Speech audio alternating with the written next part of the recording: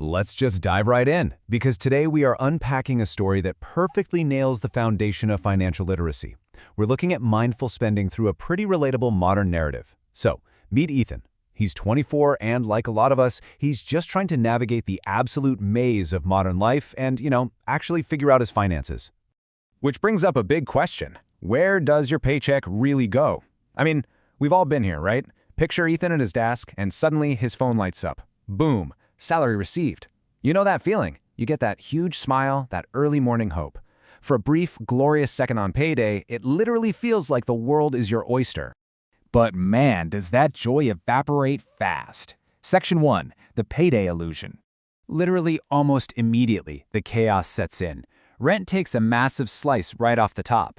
Then groceries, electricity, internet, and oh man, those sneaky monthly subscriptions. Add in a bit of shopping, and these expenses just act like giant magnets. They completely drain Ethan's wallet before he even gets a chance to breathe, let alone plan. Sound familiar? Honestly, we have all stared at an empty bank account just days after getting paid. But here's the thing. The problem isn't always how much we earn. Actually, wait, let me rephrase that. Often, the real issue is that we never give our money a chance to work for our future. We stress out, thinking, oh, I just have an income problem. But a lot of the time, it's a utilization problem. When our cash gets instantly devoured by our current lifestyle, we're basically robbing it of the chance to build any future stability. So, how exactly do we break this cycle? Well, let's look at Section 2, a tale of two spenders. Enter Noah. Noah and Ethan earn the exact same salary, and they work at the exact same place, but their habits? Totally night and day. Noah spends first and thinks later. He's the guy excitedly grabbing the expensive shoes, the premium coffee, the latest electronics. He's totally driven by instant gratification. But Ethan?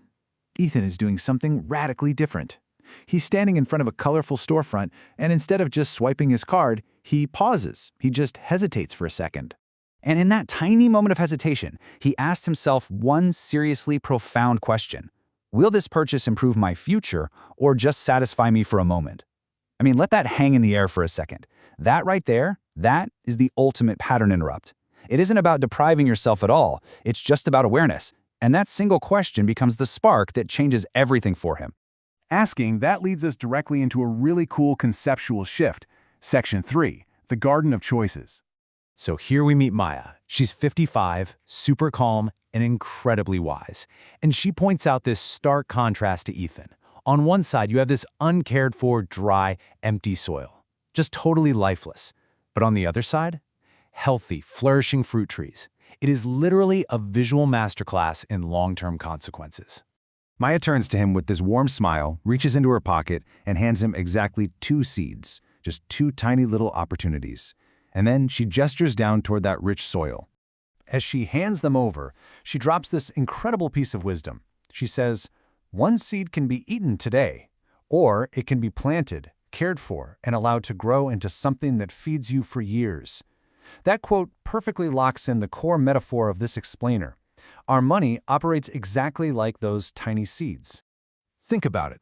A financial decision is simply the act of choosing what to do with your seed. Do you consume it instantly, like Noah on the shopping street, or do you cultivate it for tomorrow? Ethan suddenly connects that careful pause he took at the store directly to the literal seeds resting in his hand. Every single dollar is a seed, and every purchase is a choice of where you're going to plant it. Let's bring this all together in our final section. Section 4, Planting Your Future. This brings us to the end of the story, but it also brings up a huge question I want to leave you with. What are you doing with your seeds today?